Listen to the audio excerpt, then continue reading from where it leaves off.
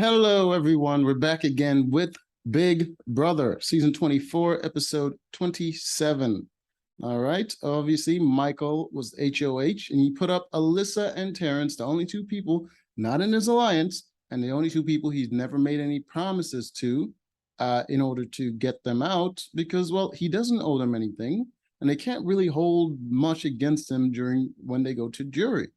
All right, or else they'll just look bitter and they can't influence the other people that are going to be voting. So, which is an important consideration, especially when you're as good as Michael is, because even there have been previous seasons where someone is really good and they take someone else to the end that didn't piss off as many people as they did, and they end up losing the game in the end. And that's always disappointing to see. I want to see a great player succeed. I don't care how they get there, as long as they do it. It's about it. It's a game at the end of the day, right? And no matter how personal people want to take things and they want to call them a villain and all this stuff, it's about success. That's mainly the theme that I want people to recognize, is that you can succeed as long as you put in the work, and the person that puts in the work should be winning. This is not a charity, it's a competition. All right. So it should be based on performance, not on, oh, well, I like this person more, I'm sad about this person and they did this.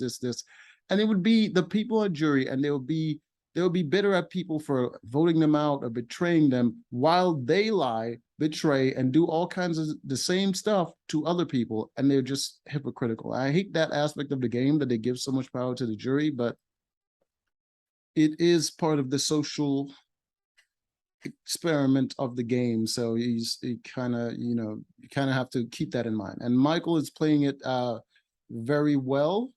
I think the whole situation with Kyle might have cost him, because although it worked the way he wanted to, and it did get Kyle out and he did get him on the block, it's also kind of painting him in a bad light because of the severity of the situation and the fact that it will affect Kyle's personal life. So unfortunately, that's going to affect his game going forward, and that's something that he's probably going to have to answer for when he gets to the end of the game. Yeah, but as long as he takes someone to the end with him that, like Brittany, who's has no chance of winning, he'll be good. And I think that's one of the main reasons why he doesn't want to ally with Turner to go to the end and stuff like that. He doesn't want to do a competitive thing, because he knows just how important reputation is in this game and how much it could cost him. All right. So we get to, let's skip a lot of this talk, because there was a situation where Turner was considering throwing Terrence under the block, under the bus first, before because Terrence was upset when he got put up on the block, before Terrence let spill that he wanted to backdoor Michael. So he wanted to throw that on Terrence and say it was Terrence's idea the whole time. All right. So, but before he can do that, Terrence goes to the HOH room and hinted at the fact that it was Turner that wanted to backdoor Michael. But Michael, knowing, smart guy, I mean, he's a certified genius, knowing that Terrence was also part of that plan and also wanted to backdoor him, and plus he made no promises to Terrence. He wants Terrence to go. So it's either way, it's like too late. Terrence should have been sold him out like way before, because Turner's always been covering his back. He's never been like a loyal dude. Like like Joseph was a loyal dude that sacrificed his game for other people. Turner's never done that.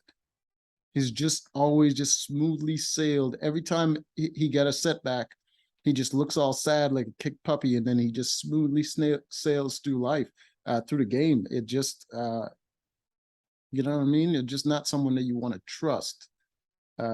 Someone that can manipulate people through sympathy and just sort of like act like they're a friend, because he does a lot of mirroring where he just like he whatever mood you're in, he just sort of assuages that and sort of massages that a little bit, and it's very subtle the way he manipulates it. But anyone else that's looking at him can see his eye rolls and all his expressions and the way that he really doesn't care about who he's talking to or what he's talking to them about.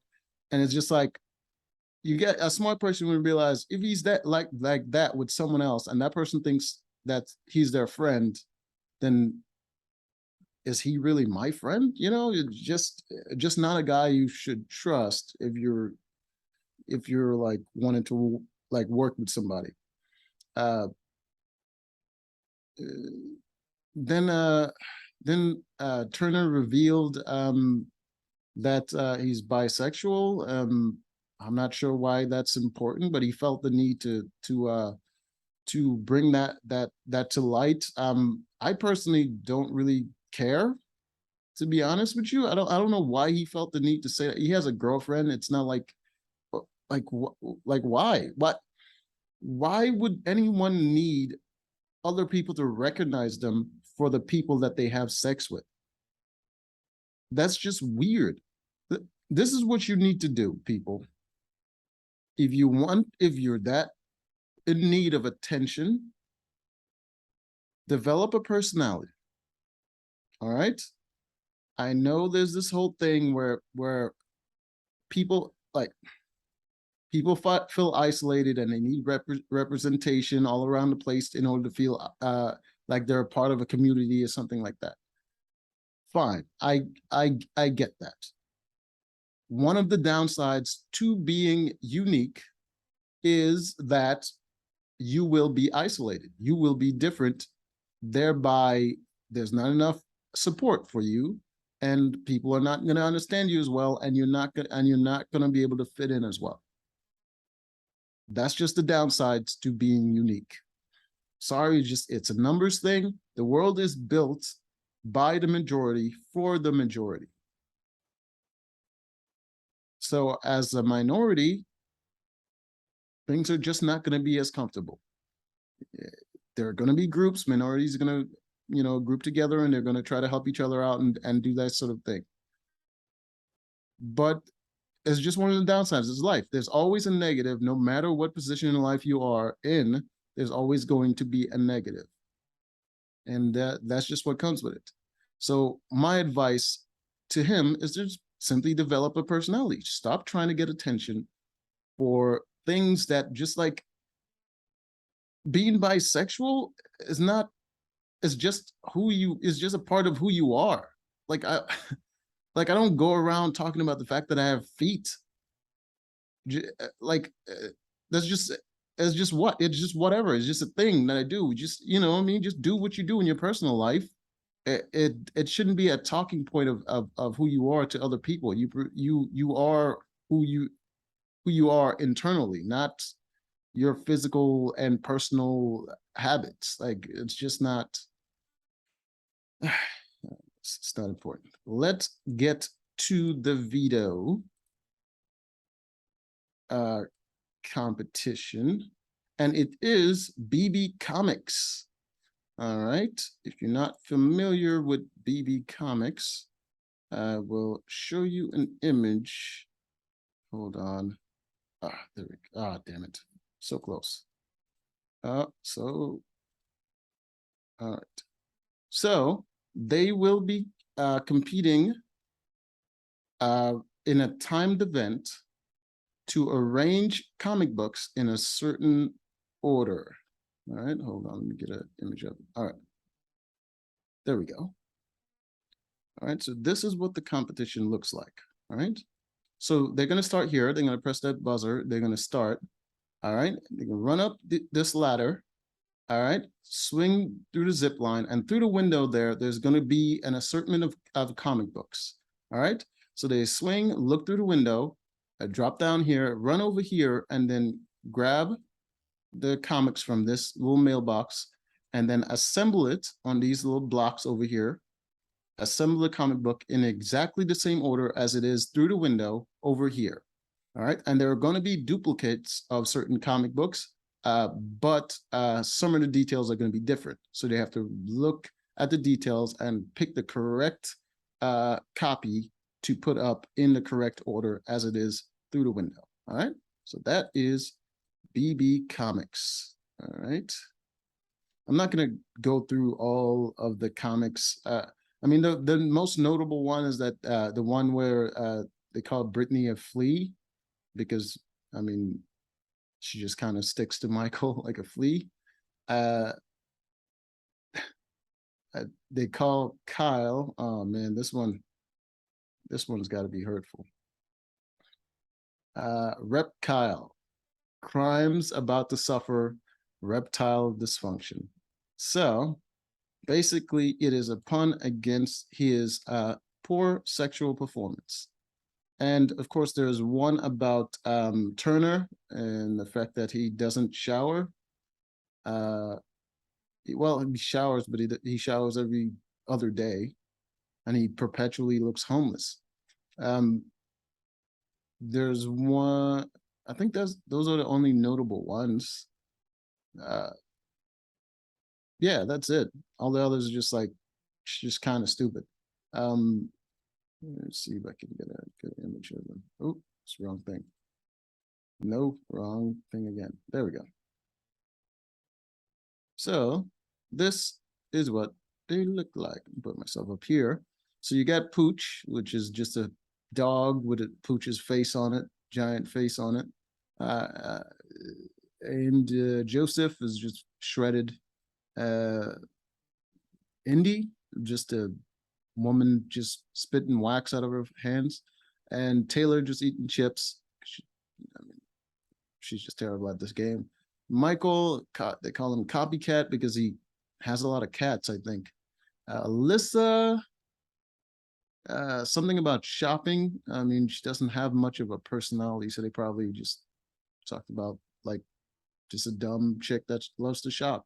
And then Snow Time for Terrence, because he calls himself DJ Showtime. Let's see if we could get her out of the way. Oops, let's go back. No. Ah, damn it. All right. No. So, oh. No, well, the one with Daniel, I believe they call him Old McDaniel, because I have no idea. I don't remember him being on a ranch or anything like that. They called what was her name? The cop chef chick, they called her the short order crook. Amira, they called Abera, like a beer, but I don't get that one. What, I didn't even see the, what was the, hold on. Oh, there we go. All right. That's it. Image right there. All right. So this one for Jasmine,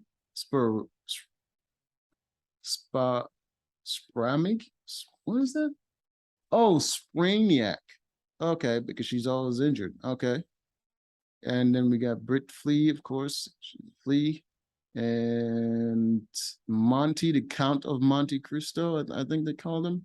And then, of course, you got Turner with the rugs. Yeah. Yeah, so that's all of them, I believe.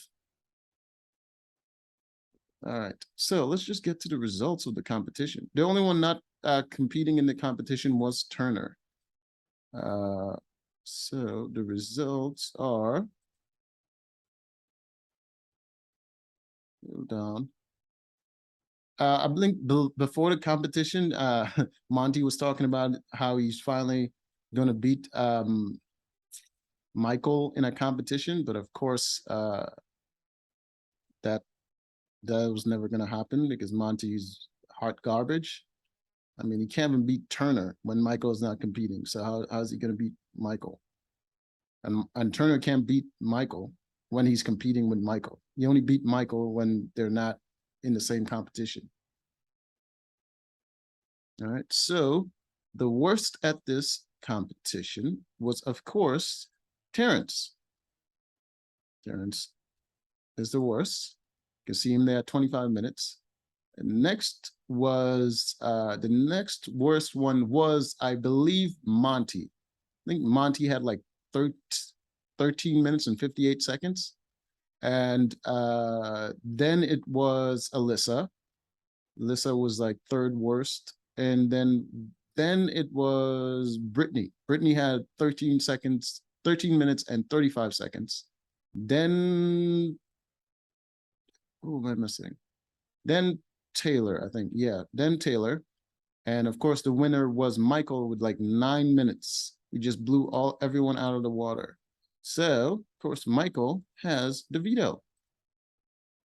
And I believe that is the record. He has now 6 veto wins in one season. So he just made a new record. All right, good on him.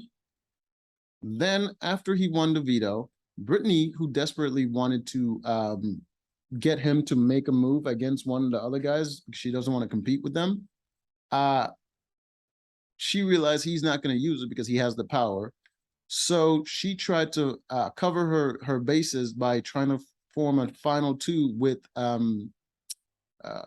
is his name? With Turner, right? Trying to create a final two with Turner in order to cover her. But in doing that, she revealed that she wants to target Michael, which she doesn't really want to target Michael, but she's just telling him that. She reveals to him that she possibly wants to get rid of Michael just to get him on board. All right. And he reveals to her that Monty wants to get rid of Michael. So she goes to Michael and tries to tell Michael about Monty in order to get him to put Monty up on a block. And Michael just nodded his head and said, yeah, okay, that sounds like a good idea. But he wasn't really going to do that. And then Turner reveals to Michael that Brittany wants to get rid of him. So that's another revelation on Michael's side, where he's now realizing just how alone he is just from winning so much. And but the thing I like about Michael and why he's the freaking best is that he's very calm and analytical. He doesn't let his emotions get the best of him, because a lot of people, they get to this point where they're winning and the whole house is against them, and they let their nerves and all that stuff get to them, and they start making rash decisions. The good thing about Michael not taking a shot at those bigger targets is because he had alliances with them, and they can use that as an excuse to not vote for him at the end, to be salty. And also, there's no need to do that, because no matter who he gets rid of, the others are going to try to target him. So it doesn't really matter, because he can't play in the next HOH competition. So it doesn't matter which one of them competes and which one of them wins, because they're all going to target him, and he gets to play in the veto, and he can beat any of them.